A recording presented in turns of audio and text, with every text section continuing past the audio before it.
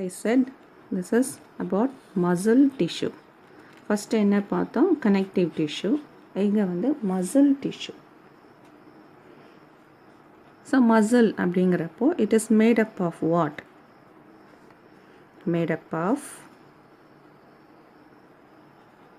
parallel arrays.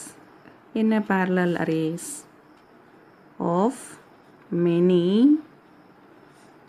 parallel arrays parallel-ஆக இருக்கும் each and every. ஒரு line எப்படி போடுறோம் அது மாதிரி length wise அதுவும் வந்து ஈக்குவலாக இருக்கும். இந்த distance in between distanceம் ஈக்குவலாக இருக்கும், 1 by 1-ஆக இருக்கும். That is called a parallel arrays of many long body length, head to toe வரைக்கும் லாங்காகவும் ஒரு சிலது இருக்கலாம். long cylindrical, சிலிண்டர் எப்படி இருக்கும், இப்படி தானே இருக்கும். இந்த மாதிரி பேரலாக அரேஞ்ச் ஆகும், பைப்லைன்ஸ்லாம் அரேஞ்ச் ஆகி வச்சிருக்கிற மாதிரி இருக்கும். சிலிண்ட்ரிக்கல் ஃபைபர்ஸ், நீங்கள் வந்து ஃபைபர்ஸ் இதுக்குள்ளே தான் இந்த பிளட் வெசல்ஸோ வாட் எவர் இட் இஸ் இதில் உள்ளே தான் மூவ் ஆகும். So cylindrical fibres. ஸோ இது வந்து சிங்குலர் ஃபார்மில் ஃபைபர், ப்ளூரலில் ஃபைபர்ஸ்னு வரும். single fibril. So one more question, or else it is said to be myofibrils. Myo refers to muscle. Myo நாவே direct word அதுக்கு வந்து muscle தான் வரும். So fibrils அப்படின்னா single one, single இதில் இது ஒன்று மட்டும்னா that is said to be fibril. Fibrils எல்லாம் செய்யும் போது நமக்கு fibrous வரும். So each and every one is said to be fibril or myofibril. ஏன்னா மசிலில் இருக்கிறதுனால it is said to be myofibril. So இங்கே வந்து என்ன கண்டிஷன் வருது பாருங்கள். What is the use of this one? இந்த மாதிரி சிலிண்ட்ரிக்கெல்லாம் அரேஞ்ச் ஆகி இருக்குது, லாங்காக இருக்குங்கிறப்போ what is its role means ஸ்டிமுலை.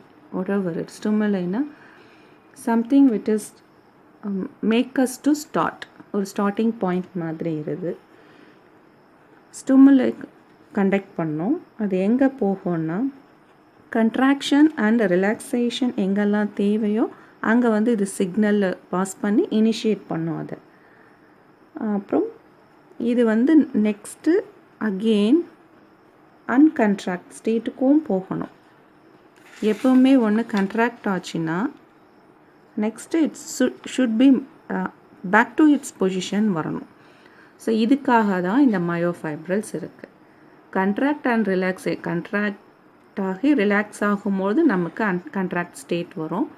So back to position வரதுக்காக இருக்கிறது. இப்போ நம்ம இந்த ஃபிங்கர்ஸ் வச்சு நம்ம பென்னு பிடிக்கும்போது இருக்கிற பொசிஷன் வேறு, அதே பேப்பர் எடுக்கும்போது வேறு. பேப்பரை ஹோல்ட் பண்ணும்போது டிஃபர் ஆகும்.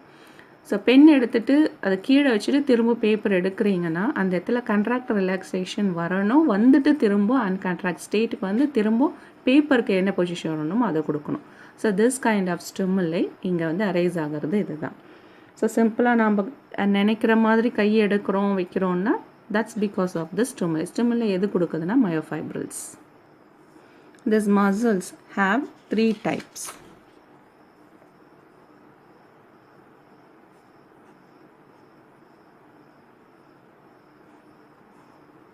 இது டைப்ஸ் என்னென்னு பார்த்தா 3 types இருக்குது. The first one is skeletal.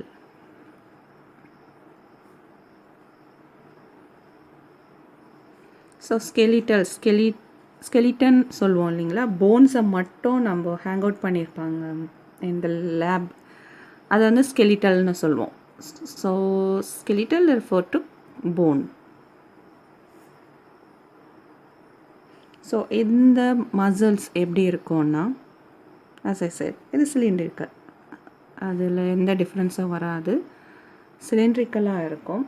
So இதில் வந்து அங்கங்கே நியூக்ளியஸ் இருக்கும், செல் கம்பார்ட்மெண்ட், அதுக்குள்ளே ஒரு நியூக்ளியஸ் இருக்கும். ஸோ தட் இஸ் நியூக்ளியஸ் இருக்கும், சிலிண்ட்ரிக்கல் பார்ட். இது வந்து அரேஞ்ச் ஆகியிருக்கும் தான், நான் சிங்கிளாக கொடுத்துருக்கேன். பட் பேரலல் அரேஸாக கண்டிப்பாக இருக்கும், மெனி லாங் பேரலல்ஸ் இருக்கும். நான் வந்து புரியணுங்கிறதுக்காக சிங்கிளாக எடுத்திருக்கேன். இது என்னன்னு சொல்லுவாங்கன்னா striated skeletal muscle. ஜஸ்ட் நான் டியூப் மட்டும் போட்டேன்னா there is no type. இதில் நியூக்ளியஸ் இருக்கிற மாதிரி இருந்ததுன்னா that is said to be striated skeletal muscle. So next பார்த்தீங்கன்னா சிலிண்ட்ரிக்கல் இருக்குது and also it has some nucleus, striated skeletal muscles.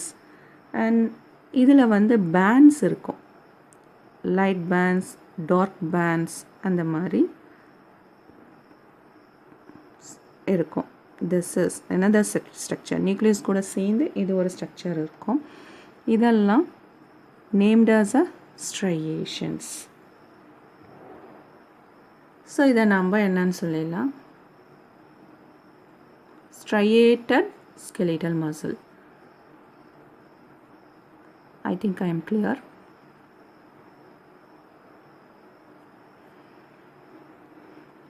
So இதெல்லாம் நம்ம என்னன்னு சொல்கிறோம், பேரலாக இருக்கும், லாங் அண்ட் மெனி அரேஸ் அப்படின்னு சொல்கிறோம். இப்படி இருக்குது. ஸோ இது எல்லாமே வந்து சேம் ஸ்ட்ரக்சரலாக இருக்கும்பொழுது இது எல்லாமே கவர் பண்ணுற ஒரு ஷீட் வரும். அந்த ஷீட்டுக்கு பேர் கனெக்டிவ் டிஷ்யூ.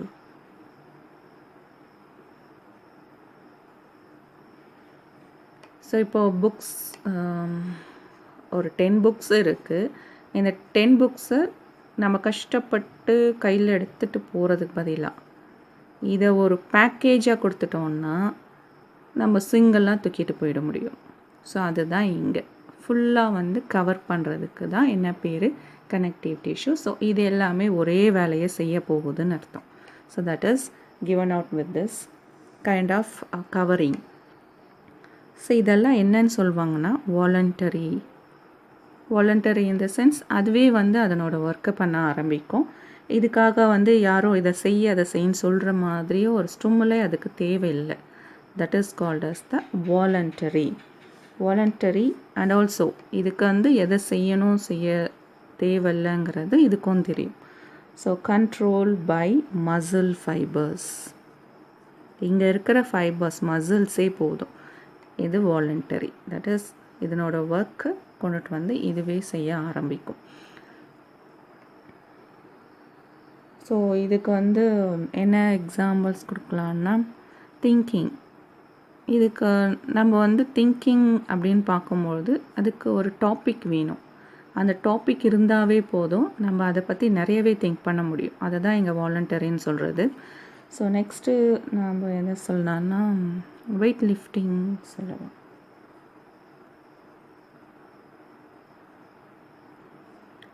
வெயிட் லிஃப்டிங் வரும்பொழுது அந்த வெயிட் எவ்வளோ இருக்கும், we can do that or not.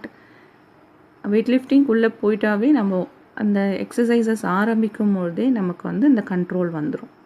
So how wait நம்மளால் முடியுமா, அந்த வெயிட் போதுமா, இன்னும் நம்மளுக்கு வந்து வெயிட் லிஃப்ட் பண்ணுறதுக்கு சான்சஸ் இருக்கா, weather we are going to break our bone, அந்த பயம் இருந்ததுன்னா தொட மாட்டோம். So that is called as the control of muscle fibers. The next one is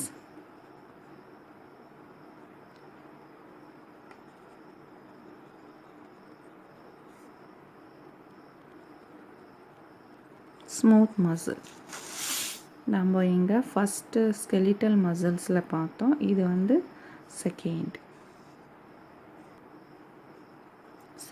type. So இந்த செகண்ட் டைப்னா என்னென்னா இதில் சிலிண்ட்ரிக்கலாக இருக்கிறது இல்லையா. இப்போ இங்கே வந்து டேப்பர் அட் போத் எண்ட்ஸில் இருக்கும். ட்ரம் ஸ்டிக் மாதிரி வச்சுக்கோங்க. இது டேப்பராக இருக்கும். That is called as the smooth muscles. So அந்த ஸ்மூத் மசில்ஸ் வந்து நிறைய பண்டில்ஸ் நம்ம அரேன்னு தான் பார்க்குறோம். ஸோ இந்த மாதிரி பண்டில்ஸாக இருக்கும். ஸோ இதுக்கு வந்து கண்டிப்பாக அந்த கனெக்டிவ் டிஷ்யூவும் இருக்கும். இதில் நியூக்ளியஸ் இருக்குது. எப்போவுமே பிளாங்காக வரையக்கூடாது. இந்த நியூக்ளியஸ் இருந்தால் கண்டிப்பாக நியூக்ளியஸ், ஸ்ட்ரையேஷன்ஸ் இருந்தால் ஸ்ட்ரையேஷன்ஸ். ஸோ இதில் வந்து நோ ஸ்ட்ரையேஷன்ஸ். ஸ்மூத் மசில்ஸுங்கிறதுனாலே இது ஸ்ட்ரையேஷன்ஸ் இல்லைன்னு சொல்லிடலாம். No striations. ஸோ இந்த ஃபார்மேட் இந்த மாதிரி டேப்பர் எண்டு இருக்கிறதுனால that is set to be fusiform. So இங்கே பார்த்தீங்கன்னா இந்த இடம்லாம் இப்படி வந்து ஃபியூஸ் ஆகிற மாதிரி இருக்கும். ஸோ ஜாயின் டுகெதர் அதை தான் என்னென்னு சொல்லுவாங்க, fusiform. It's important. One mark question. So what is the function of this special smooth muscles அப்படின்னா, தேர் ஆர் ஸோ மெனி.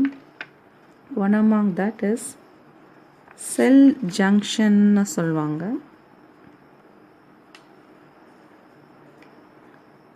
இதை வந்து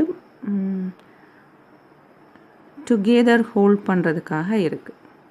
நம்ம வந்து நான் சொன்னேன் இல்லைங்களா, ஹார்ட் மசில்ஸில் வந்து இந்த மாதிரி கனெக்ஷன்ஸ் வரும். ஸோ இந்த கனெக்ஷன்ஸ் இன்டர் ரிலேட்டட் இப்படி பேரலாக அரேஞ்ச் ஆகாமல் இதுக்குள்ளேயே ஒன்று கனெக்ஷன் ஆகும். ஹார்ட் மசில், கார்டியாக் மசில்ஸில் அந்த மாதிரி இருக்கும். ஸோ இதை தான் என்னென்னு சொல்லுவாங்க, ஜங்ஷன், செல் ஜங்ஷன்ஸ்ன்னு சொல்லுவாங்க. இதை வந்து இதில் ஒரு கனெக்டிவ் டிஷ்யூ இருக்குது. பட் இது மாதிரி இருக்கும் போது இதுக்கும் நடுவில் நம்மளுக்கு வந்து ஒரு ஹோல்டிங் இருந்தால் தான் அது ஃபுல்லாக வந்து அதனோட ஃபங்க்ஷனை ஈஸியாக கொண்டுட்டு போக முடியும். ஃபார் தேட் ரீசன் இந்த செல் ஜங்ஷனில் இந்த ஸ்மூத் மசில்ஸ் இருக்கும், டேப்பர் எண்டில் இருக்குது. ஏன்னா இங்கே பார்த்தீங்கன்னாவே டேப்பர் எண்டு தான் வரும் இந்த கனெக்ஷன்ஸ் வர இடத்துலலாம். ஸோ அங்கே எல்லாம் வந்து ஸ்மூத் மசில்ஸ் இருக்கும். அண்ட் தென் ஹோல் டுகெதர் வரும்.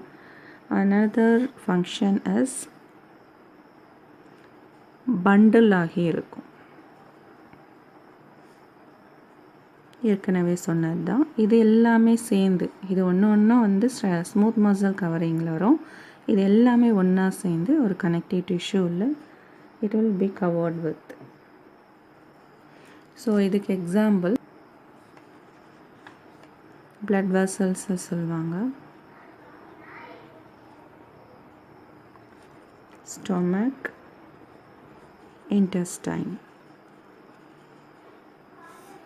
So these are all said to be involuntary in nature.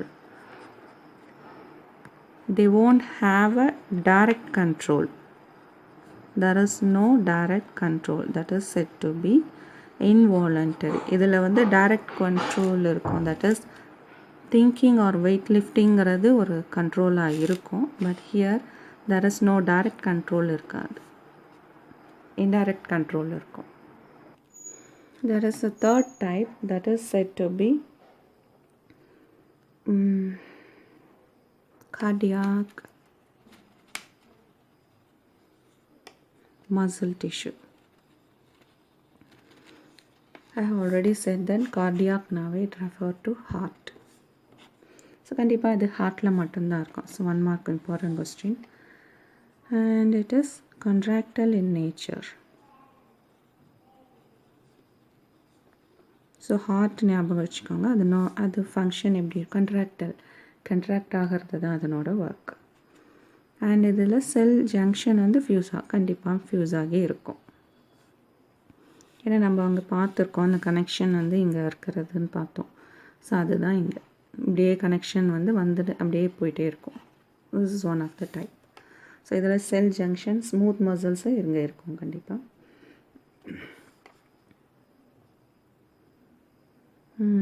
they are stick together. So அதில் பார்த்தோம் பேரலாக இருக்கிற மாதிரி பார்த்தோம் மற்ற மசில் டைப்ஸ். இது வந்து ஃபியூஸ் ஆகி இருக்கும் ஃபுல்லாக. So that it is set to be stick together.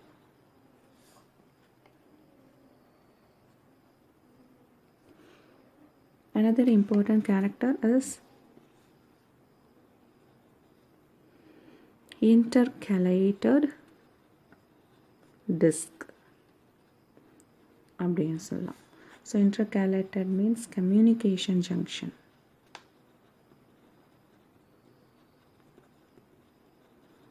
Communication junctions.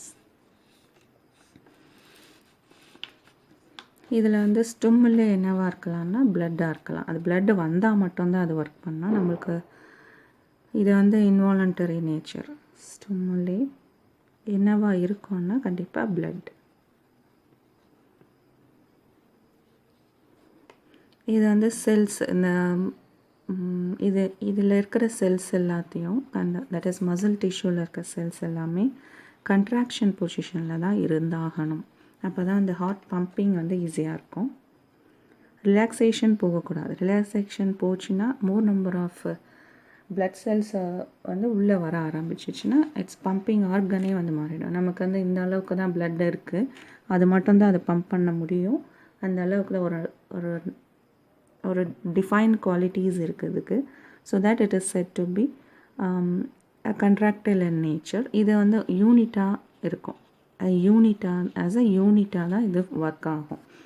So உங்களுக்கு தெரியும் 4 சேம்பர் ஆர்ட்டில் கண்ட்ராக்ஷன் எங்கே வரணும் வரக்கூடாது.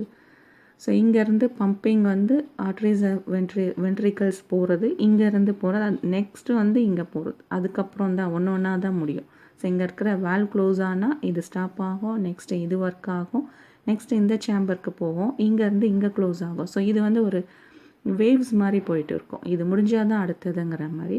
ஸோ இது ஒரு யூனிட். இங்கே இருக்கிற செல்ஸ் மட்டும் ஒரு யூனிட், இங்கே இருக்கிற செல்ஸ் ஒரு யூனிட். அது 4 சேம்பரில் each and every chamber has its own unit of cells and its function. So we can say ஒரு சிங்கிள் யூனிட்லேருந்து நமக்கு ஒரு சிக்னல் வருதுன்னா இது முதல்ல ரிசீவ் ஆகும். யூனிட்டுங்கிறப்போ மோர் நம்பர் ஆஃப் செல்ஸ் இருக்கிற இடம் எல்லாமே வந்து ஒரே ஃபங்க்ஷனை மட்டும்தான் செய்யும்.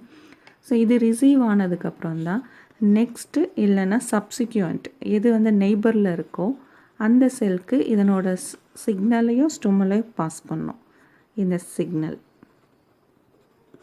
சிக்னல் பாஸ் ஆகும். அப்போ தான் வந்து இது முடிஞ்சிச்சு, உன்னோட ஒர்க் ஸ்டார்ட் பண்ணலாம் அப்படின்னு அந்த ஸ்டிமுலை இதுக்கு பாஸ் பண்ணும்.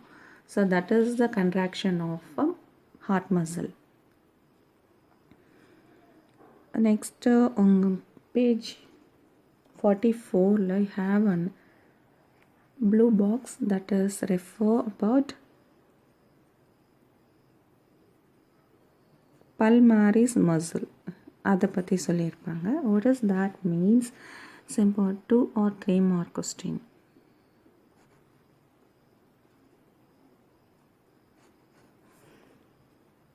ஸோ இது எங்கே இருக்கோன்னா எல்போவில் இருக்கும்.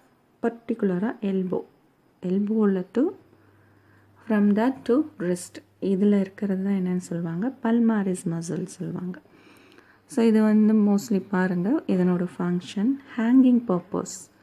மேமல்ஸில் பார்த்தீங்கன்னா ஹேங்கிங் பர்பஸ் இருக்க ப்ரைமேட்ஸை முக்கியமாக சொல்லுவாங்க.